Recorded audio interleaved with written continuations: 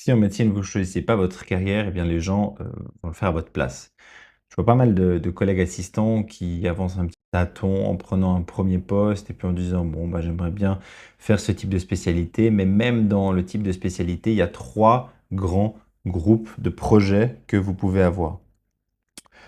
Le premier des projets, c'est le projet académique. C'est le projet qu'il faut commencer assez tôt. C'est un projet dans lequel vous allez vous concentrer beaucoup sur la recherche, sur l'enseignement et sur une clinique assez spécialisée. Faire de la recherche, beaucoup de recherche, essayer de discuter avec des professeurs pour savoir quel était leur parcours et avoir la possibilité aussi de bouger de canton, d'endroit ou parfois même de pays.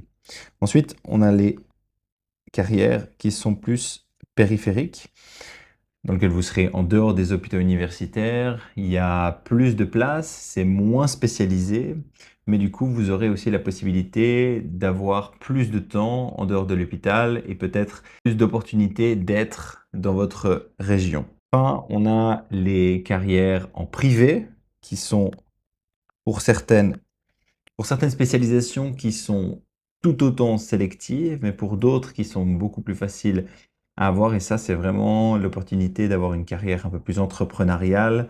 Soit vous vous mettez dans des institutions qui sont déjà créées et vous travaillez en tant qu'employé de ces institutions, soit vous créez votre propre institution et à ce moment-là, vous avez plus de management d'équipe.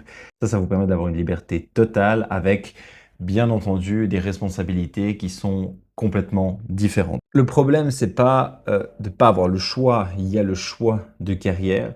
Le problème, c'est de pas se poser la question. Et c'est toujours OK, bien sûr, de changer de projet en cours de route. Mais posez-vous assez vite la question pour savoir dans quelle direction vous voulez aller.